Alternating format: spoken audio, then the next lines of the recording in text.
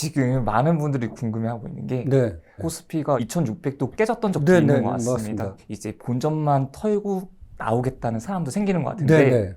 그럼 언제쯤 코스피가 좀 반등할 수 있을까요? 제 생각에는 이번 5월이 이 바닥이다. 이렇게 생각을 하고 있거든요. 왜냐 그러면 작년 1월 11일 삼성전자가 96,800원 찍은 다음에 네. 지금 16개월째 내리막을 걷고 있지 않습니까? 네, 맞습니다. 모든 사람이 가슴이 아픈데 지금 세계 주식시장에서 나올 만한 악재는 다 나왔다 이제. 오미크론, 뭐 우크라이나 전쟁, 그다음에 인플레이션, 금리 인상, 기업 실적 부진, 경제 침체 이런 얘기까지 다 나왔어요. 그래서 이제는 반등할 것밖에 안 남았다 이렇게 생각합니다. 그럼 혹시 지금 이제 본전만 찾으면 팔려고 하는 사람도 지금 팔면 안 되는 거겠네요? 네네. 왜냐 그러면은 네. 여지껏 참고 있었는데 네. 지금 판다는 거는 말도 안 되고요. 지금 웬만한 사람들은 다 30% 내지 50% 손해를 보고 있어요. 넷플릭스 같은 경우는 무려 고점 대비 70% 이상 떨어졌죠. 너무 많이 떨어졌던데요? 네. 그리고 우리가 모두 좋아하는 테슬라도 네. 뭐 50% 반토막 났죠. 네. 그다음에 뭐 엔비디아 이런 것도 다 50% 이상 이렇게 반토막이 나가지고 동학개미보다 서학개미들이 네. 지금 더 가슴이 아픈 상태입니다. 국내 주식보다 미국 주식 쪽이 더 많이 떨어진 거죠? 네네. 지금 나스닥 같은 경우에는 대기업 분들이 50% 이상 반토막 났다 이렇게 한 뉴스를 봤습니다. 그럼 거기도 5월이 지나고 나면 네. 좀 좋아질 수 있을까요?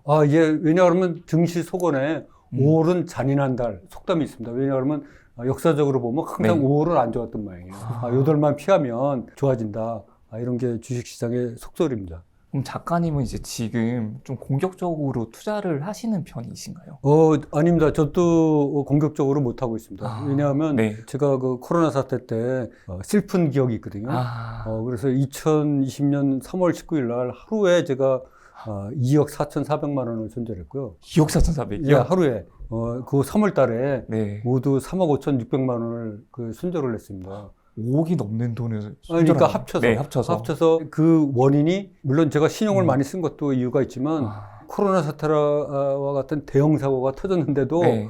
이거 괜찮겠지 하면서 잔고를 안 줄이고 계속 버텼습니다. 그때 너무나 아픈 쓰라린 추억이 있어서, 이번에도 오미크론 어쩌고 저쩌고 그러죠. 뭐 우크라이나 전쟁 터졌죠. 뭐 그래서 공격적으로 하면 안 되겠다. 이때는 그냥 살아남는 게 최고의 방법이다. 아주 소극적으로 잔고를 축소해 가면서 보수적으로 운영하고 있습니다. 그럼 작년 연간 수익률이 엄청 높다고 들었어요. 14억 정도 네네. 버셨다고 들었는데 그럼 월 평균 1억 이상을 수익을 얻으신 거거든요. 올해는 시장 상황이 안 좋은데 네네. 혹시 올해는 좀 어떤가요?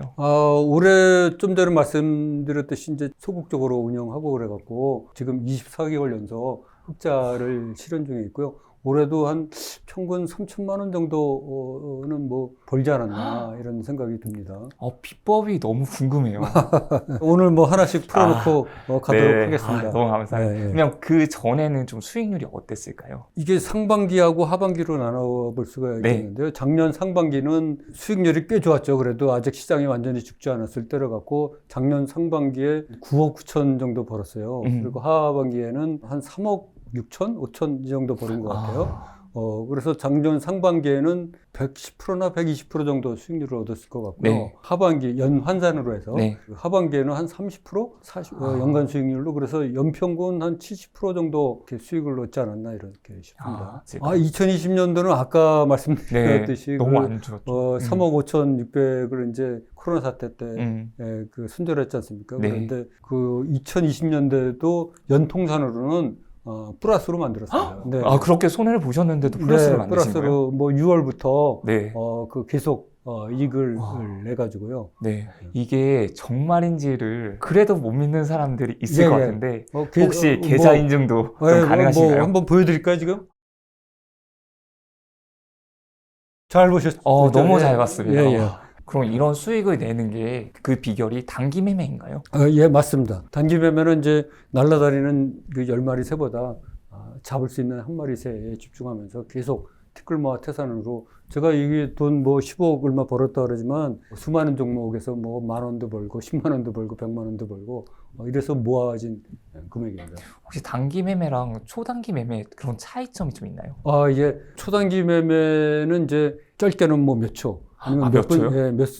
몇 분 안에 네. 이익을 낼 만한 자리에서 들어가서 뭐 굉장히 적은 이익을 내고 나오는 거를 초단타라고 그러고요. 단타는 그거보다 조금 뭐 몇십 분 하면서 1% 내지 한 3% 정도 이익을 내면서 나오는 게 단타라고 합니다. 단기 매매, 단타. 근데 저는 그런 거는 아니고 단기 매매는 영어로 하면 스윙 투자라 그래서 오를 네. 만한 종목을 사서 홀딩을 하고 그게 오를 때까지 보유하고 있다가 파는 거를 하죠. 보통 주식 투자자들은 재무제표 그리고 기업 분석은 필수다. 최소한의 것도 안 하고 주식 투자하면 망한다. 네네. 이런 이야기를 하시는 분들이 많은데 그런 것도 하지 않고 예. 투자를 해도 괜찮나요? 이 재무제표는 다 과거의 자료입니다.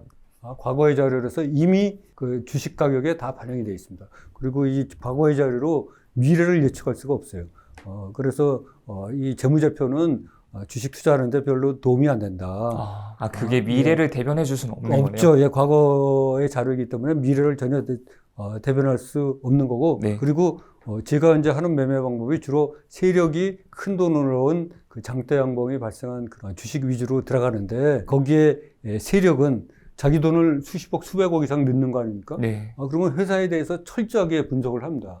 그래서 세력이 정보력, 판단력, 분석력이 우리보다 훨씬 뛰어나죠. 세력은 사실 경영진이 오늘 점심에 누구랑 만나서 뭐 먹었는지도 다 파악하고 있는 그런 상황인데 우리가 뭐 개미 투자자가 그거 재무제표 지나간 자료 본다고 네.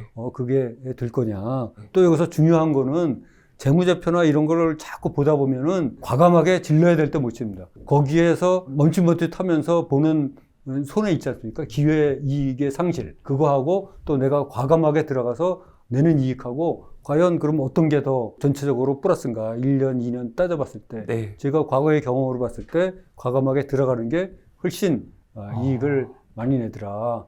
그렇게 해서 저는 재무제표는 뭐 과감하게 안 보고 있습니다. 그러나 이제 그거에 대한 그 대비책이 있어야 되지 않습니까? 그렇죠. 대비책이 그래서 있어야죠. 저는 그 대비책을 제가 번 돈의 20%는 항상 시장에 겨낸다. 왜냐하면 주시장에 모든 돈 다 먹을 수 없거든요. 네. 하다 보면은 상장 폐지도 나오고 거래정지도 나오고 뭐 이런 게 나옵니다. 네. 그러면 그럴 때는 뭐 기쁜 마음으로 대손 충당금에서 까먹는다. 이렇게 생각하고 하면 마음이 편합니다. 네, 그럼 세력들이라고 하는 게 네네. 진짜 어떤 존재라고 보면 될까요? 세력은 이제 작전 세력하고는 전혀 틀립니다. 제가 말하는 세력은 네. 외국인이나 기관, 외인 기관들. 또 큰손, 그 슈퍼개미. 거기 플러스 요새 제가 생각하는 거는 초단타나 단타 군단도 세력이 될 수 있습니다. 왜냐하면 하루 거래 비중의 50% 이상을 초단타나 단타들이 차지하고 있거든요. 50%나? 네, 50% 이상입니다. 미국은 더 하죠, 우리보다. 그래서 그런 사람들이 제가 비유하기에 메뚜기라고 그러거든요. 메뚜기인데 그 아프리카에 메뚜기 떼가 출몰 하잖아요. 그러면 시커매 갖고 하늘이 안 보이잖아요. 맞아요. 네. 그렇듯이 여기도 그 초단타나 단타 군단이 출몰하면 그 거래량이 엄청나거든요. 50%면 진짜 큰 거 아닌가요? 네, 맞습니다.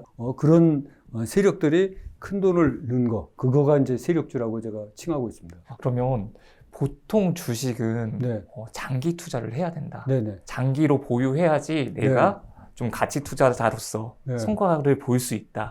라는 말을 많이 하는데 작가님이 보실 때 이런 말을 어떻게 좀 보시나요? 이제 한동안 동학개미들이 진출할 때 많이 유행했었잖아요. 네. 근데 제가 이제 예를 들어서 기업 분석을 했어요. 그래갖고 이 회사의 가격이 예를 들어서 10만 원이 나왔어. 그러면 이게 과연 적정 가격인지 아닌지를 알아야 되는데 그거에 대한 그 확신이 없고 더 큰 문제는 우리가 미래를 예측할 수가 없다는 거예요. 예를 들어서 중장기 투자라 그러면 최소 3년 이상 10년을 앞을 내다봐야 되는데 과연 이게 가능하겠는가. 미래는 미래학자도 못 맞힌다. 만약에 제가 A라는 종목을 투자했는데 이게 10년 후에 따블 갈 거로 예상했는데 오히려 그렇게 안 가고 떨어졌다. 그러면 그때 그 10년이라는 세월 동안의 그 기회 비용 뭐 손실 이런 건 어떻게 하냐. 누가 책임질 수도 없는 거고 그야말로 우리나라에서는 가치 투자나 중장기 투자가 위험하다. 약간의 예를 들어보면 예를 들어서 신한지주 10년 전보다 가격이 아래입니다. 네. 또 삼성증 거도 아래죠. 세계적인 증권회사인 모건 스탠리도 작년 8월에 삼성전자 주식이 빙하기에 들 거다 팔아라 이랬다가 12월 달에는 또다시 삼성전자 이제 빙하기가 풀렸다. 그러니까 사야 된다. 그래갖고 이 8만 원이 넘었었어요. 근데 12월 14일인가 8만 원 찍고 바로 하락해갖고 지금 7만 원도 안 가지 않습니까? 네. 세계적인 이런 그 증권회사도 미래를 모르는데 우리가 어떻게 미래를 장담하면서 할 수가 있겠냐. 그건 너무 위험하다. 더군다나 우리나라는 지정학적 특성상 네. 꼭 1년에 한두 번씩 위기가 오지 않습니까? 뭐 예를 들어서 유럽 재정 위기다. 북한이 핵실험했다. 미국하고 중국하고 네. 무역전쟁한다. 뭐 이런 일만 터지면 우리나라는 와르르 하죠. 그런 상황에서 우리나라에서 중장기 가치투자 이거는 제가 보기에는 이렇게 권할만한 사항이 아니다. 이렇게 그게 그럼 하겠습니다. 우리나라 주식에서만 해당되는 말일까요? 아니면 또 미국 주식도 뭐 같이 미국은 포함할까요? 상황이 틀릴 수 있겠어요. 미국은 왜냐 그러면 전 세계의 돈이 다 몰리는 그 네. 나라고 또한 발권력이 있고 기축통화 국가고 이러기 때문에 상황이 우리랑은 전혀 틀리죠. 근데 사람들이 그러면 왜 단기 매매는 위험하다고 생각을 할까요? 그거는 이제 단기 매매가 위험하다 이렇게 생각하시는 분들은 네.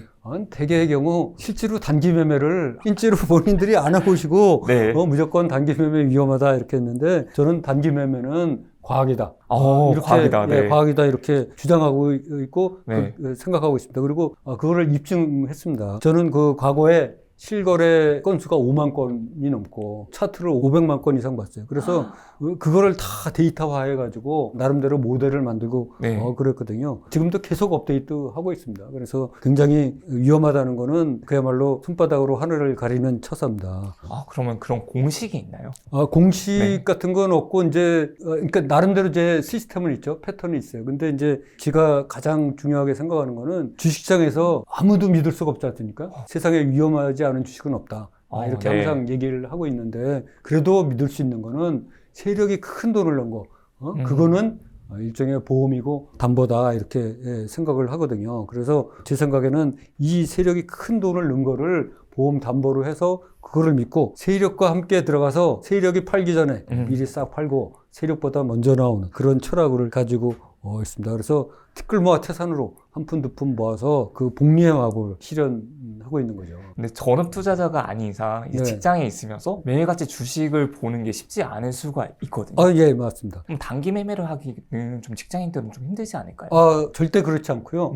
아까 말씀드린 뭐 초단타나 단타는 시간을 다투는 그런 매매 방법인 반면에 단기 매매는 짧게는 하루 아니면 뭐 1년 이렇게 홀딩을 해야지 되는 그런 매매 기법입니다. 그래서 저는 이제 제가 하는 온라인 강의에서 또 책에서 얘기하는 것처럼 12시 반부터 매일 200개 종목을 코스피 100개, 코스닥 100개 중에서 세력에 들어온 종목이 있나 이런 거를 이제 해가지고 그거를 골라서 최소한 그런 종목이 하루에 1개 이상 나오거든요. 그러면 그거를 관심 종목에 넣고 이제 주로 종가나 종가 근처에서 많이 사거든요. 근데 직장에 다니시는 분들은 직장에서 그걸 못 하잖아요. 그러니까는 퇴근 후에 차분한 마음을 갖고 오히려 PC 앞에 앉아서 200개 종목을 이렇게 골라서 이 종목이 괜찮다. 이거 사야 되겠다. 그러면 그 내일 사도록 예약 매수를 걸어놓으면 되거든요. 그리고 파는 것도 예약 매도를 걸어놓으면 됩니다. 얼마든지 할 수 있고 실제로 제가 하는 온라인 강의에 직장인들이 굉장히 많습니다. 제가 또 2시에 라이브 방송하는데 그거를 직장 다니면서 못 보잖아요. 녹화 방송을 보고 이러면서 또 제가 이제 숙제도 내드리거든요. 또 숙제를 해야 되는 거군요. 숙제해서 어저께 보니까 어떤 분은 새벽 2시에 그 숙제를 올리셨더라고요. 직장 다니시는 분들이 반드시 이제 할 수도 있고 그리고 제가 평생 제일 후회하는 게 직장 다니면서 돈 불리는 능력을 안 키운 겁니다. 너무 안주한 거죠. 그냥 월급 매달 나오니까 그거 갖고 이렇게 살고 사는 데는 지장이 없으니까 그리고 좀 아끼면서 모으면 되지 않겠나 또 그냥 열심히 하다 보면 뭐 문제가 자동으로 해결되겠지 뭐 이러고 이제 살았는데 결국은 제가 30년 다니던 직장에서도 쫓겨나고 영탁금도 못 받고 결국 제가 이렇게 돌이켜 생각해 보면 회사 탓할 것도 없고 부모님 탓할 것도 없고 다 내 탓이다. 내가 직장 다니면서 그 30년 동안 돈 버는 능력을 악착같이 키워서 돈을 불렸어야 되는데 그게 뭐 주식이든 부동산이든 뭐 코인이든 돈을 불리는 능력을 키웠어야 되는데 그런 능력을 안 키운 게 결국은 내 탓이다. 그래서 지금 직장 다니시는 분들이 이 방송을 많이 시청하실 텐데 반드시 직장 믿지 말고 직장 생활도 열심히 하시되 틈틈이 돈을 불리는 능력 이거를 키우시는 게 좋을 것 같다 이렇게 말씀드리도록 하겠습니다. 그럼 돈을 불리는 능력은 2부에서 알려주실 거죠? 네네. 네, 알겠습니다. 네.